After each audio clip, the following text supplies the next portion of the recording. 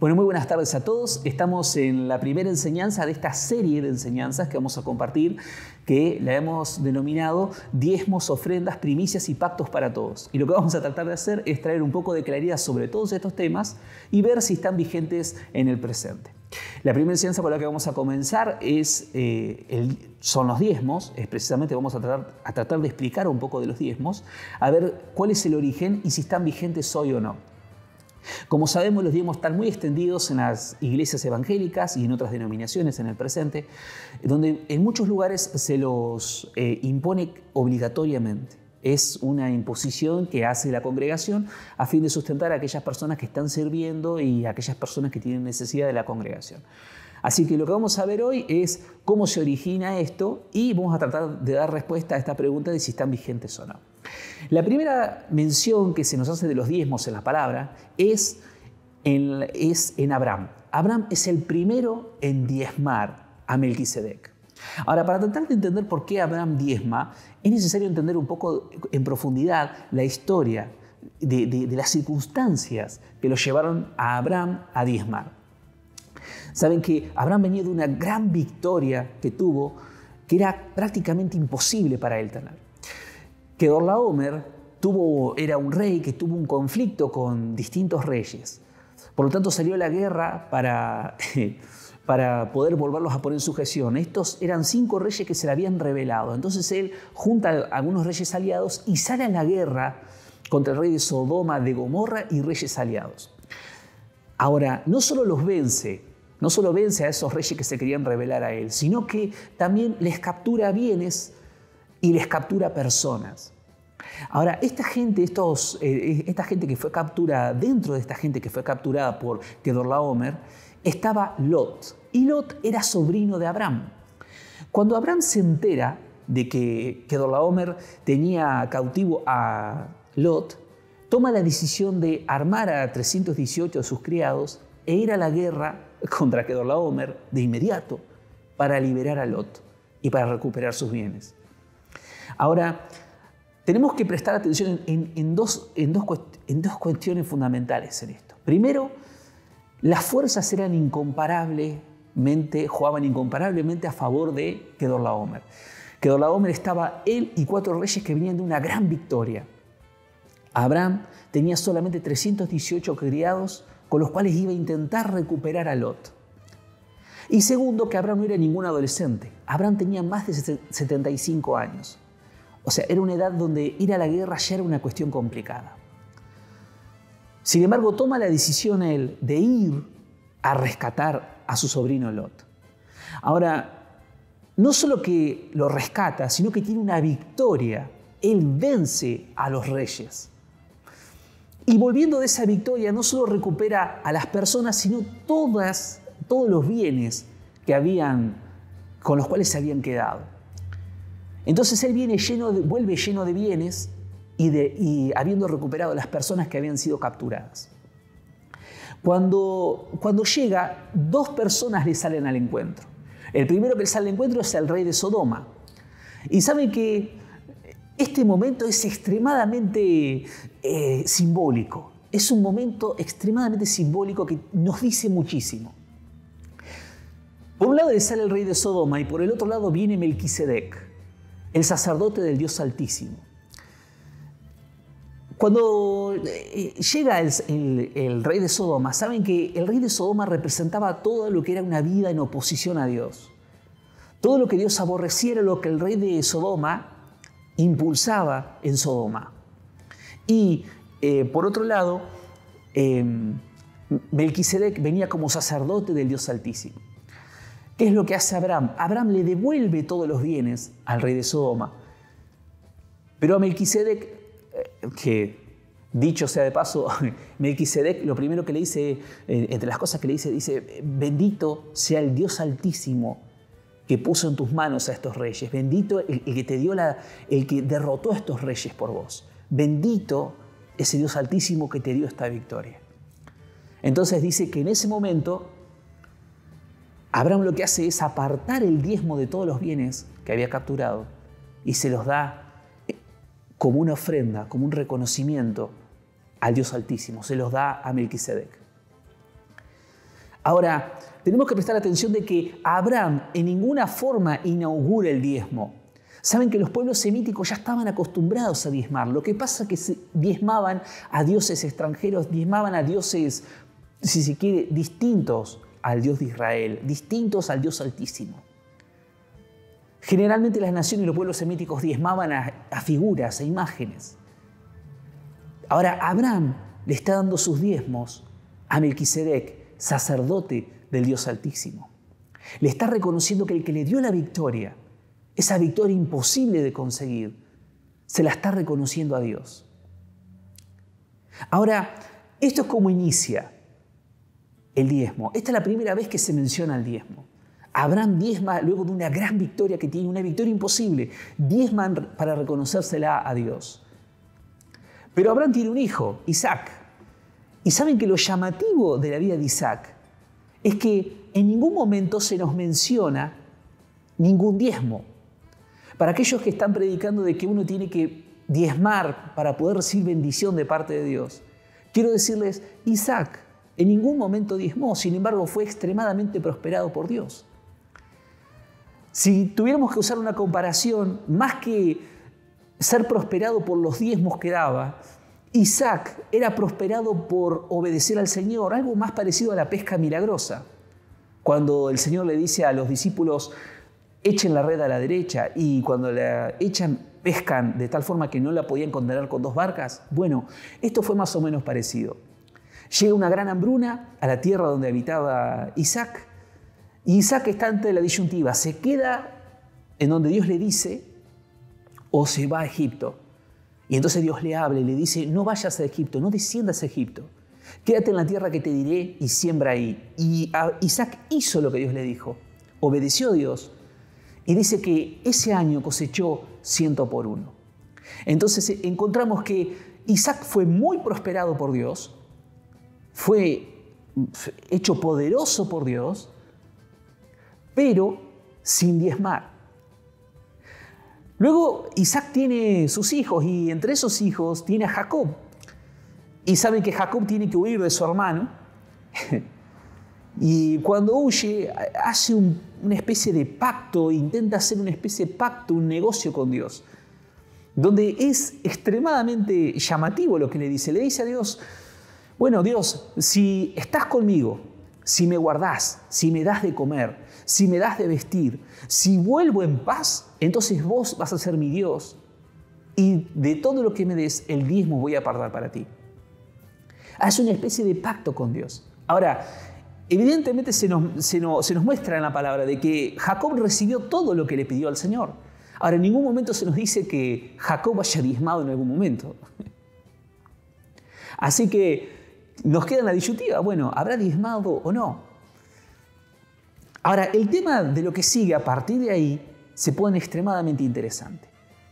De pronto Moisés recibe el ordenamiento de parte de Dios, la orden de parte de Dios de organizar el sacerdocio levítico, la instauración del sacerdocio levítico. Y en la instauración del sacerdocio levítico, el Señor escoge una de las 12 tribus, la escoge para que esté abocada al servicio al Señor, para que esté abocada para servir a Dios en su tiempo. Era una tribu que no podía producir, era una tribu que no podía tener tierra propia para hacerla producir, era una tribu que dependía de los diezmos y las ofrendas del resto del pueblo. Esta tribu era la tribu de los levitas. Y entonces el Señor les organiza toda una serie de ofrendas y de diezmos y de primicias que el pueblo debía dar. Y no podía faltar alimento en su casa.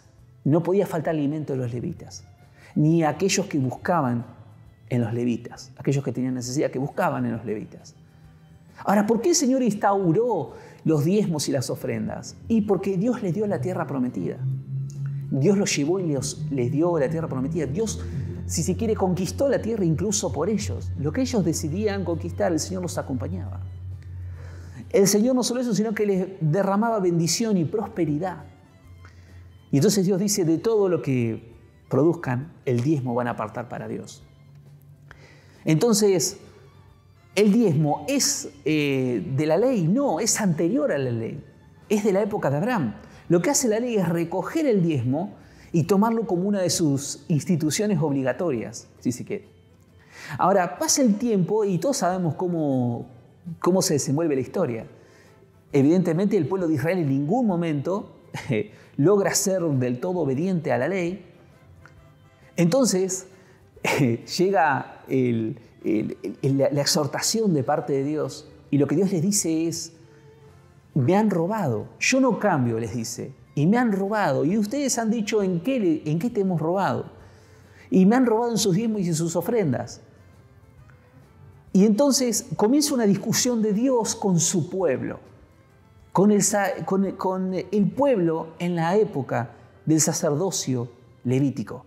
Y esto es importantísimo resaltarlo, porque esa exhortación es la utilizada hoy en casi todas las iglesias evangélicas para justificar la obligación del diezmo. Pero en realidad, esa exhortación está dirigida a aquellos que están bajo la ley, bajo los que están, para aquellos que están bajo la ley del sacerdocio levítico. Ahora la pregunta ¿es aplicable en nuestra época o no? ¿Es aplicable para los que estamos en la gracia o no?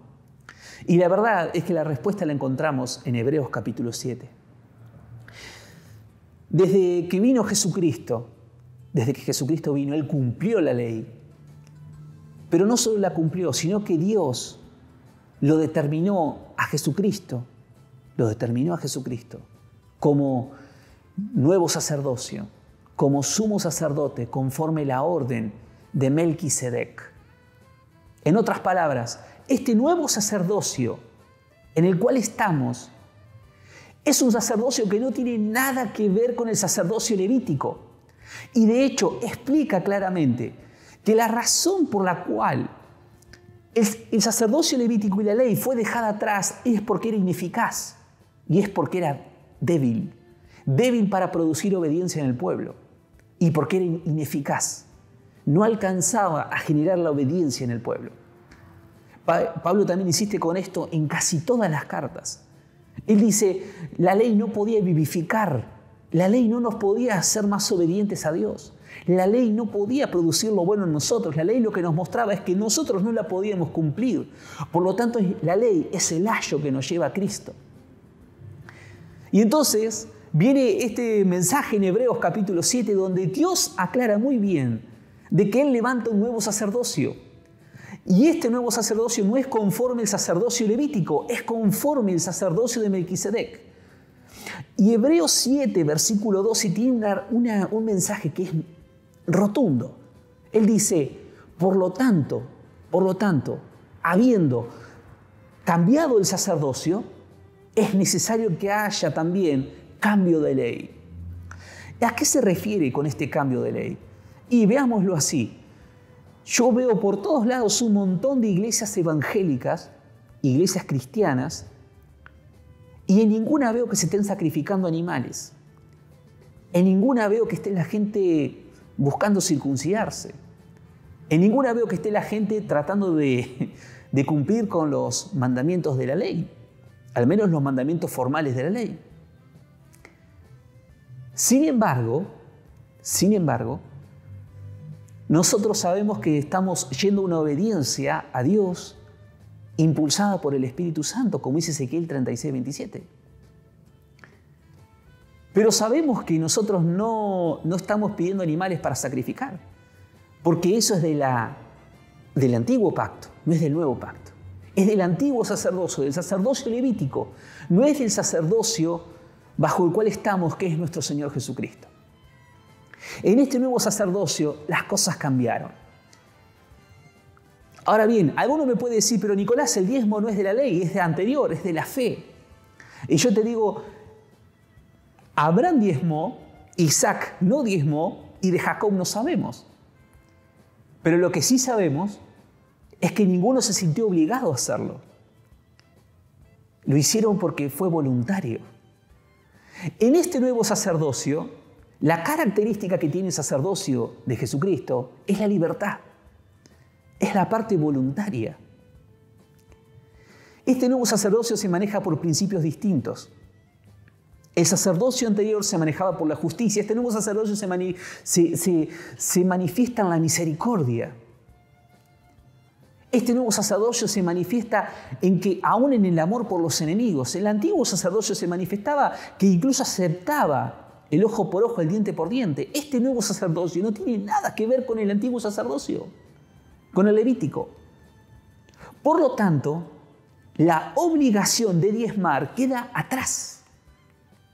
La obligación y el mandamiento de diezmar queda en el sacerdocio levítico y muere ahí.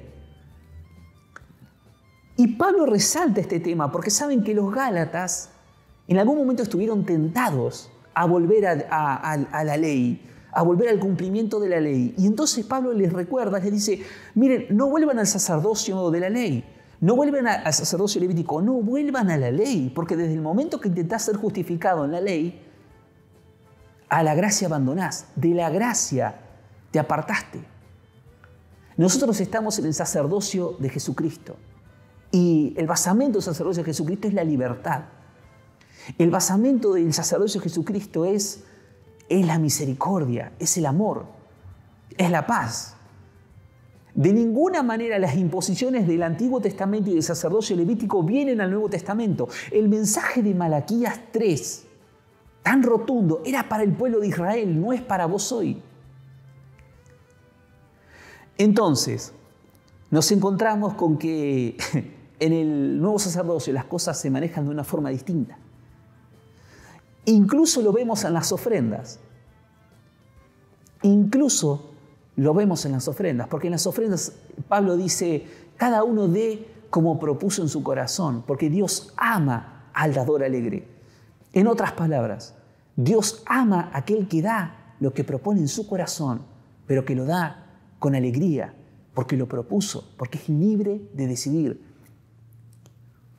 Quiero decirles, en este nuevo pacto, en el pacto en el cual servimos, cuyo sacerdote sumo sacerdote es Jesucristo, en este pacto de la gracia, este nuevo pacto de vida eterna, en este pacto los diezmos no son obligatorios. Si querés diezmar y lo haces con alegría de corazón, hacelo. Ahora, te voy a decir la segunda. Si vos estás diezmando para que Dios te bendiga, quiero decirte que esa no es la ley en el pacto, en el nuevo pacto. La ley que funciona, el principio que funciona es Dios te bendice. Y de lo que Dios te bendice, si querés honrar al Señor y dar, das. Entonces, ¿qué te estoy diciendo? ¿Estás obligado a diezmar? No, para nada, de ninguna manera. No te sientas obligado a diezmar absolutamente nada. Porque en el nuevo sacerdocio en el que estás, en el de la gracia, en el de la misericordia, no es obligación diezmar. Que te carcomen la cabeza con la ley. Saben que siempre que se enseña la ley se enseña mal. Se enseña utilizando los versículos bíblicos del sacerdocio levítico, pensando que eso es aplicable a este nuevo sacerdocio. Y no, para nada, no es aplicable para nada. Ni Malaquías 3, ni la reprensión de Malaquías 3, ni ninguna de las enseñanzas del diezmo de la ley, del antiguo sacerdocio, es aplicable en el nuevo sacerdocio. Ahora tenés plena libertad para darle al Señor, a Dios y a la gente que necesita, lo que sientas en tu corazón. ¿Y cuál es la confianza que tiene Dios en esto? Es que el principio ahora es que Dios pone el querer como el hacer en tu corazón. El principio ahora es que es el Espíritu Santo impulsándote desde tu interior a ser cada día una mejor persona. El principio ahora es un principio de vida. La ley nunca pudo generar obediencia en el pueblo de Israel, como tampoco va a poder generar obediencia en tu vida. No va a poder generar obediencia que vos te apoyes en mandamientos de la ley. Pero sí, si te apoyas en el Espíritu Santo va a impulsar tu corazón a mayores obras de amor. El Espíritu Santo va a poner en tu corazón el querer y va a generar el hacer. Lo que hay que hacer es vivir bajo el verdadero sacerdocio. Así que ¿estás obligado a diezmar? No, para nada. ¿El diezmo es bíblico? Sí. ¿Es obligatorio para el Nuevo Testamento, el Nuevo Pacto? No, no es obligatorio. Así que espero que esta palabra te haya sido bendición, te haya dejado con claridad un poquito más te haya traído un poquito de claridad sobre el tema del diezmo y nos vemos en la próxima palabra. Que Dios te bendiga.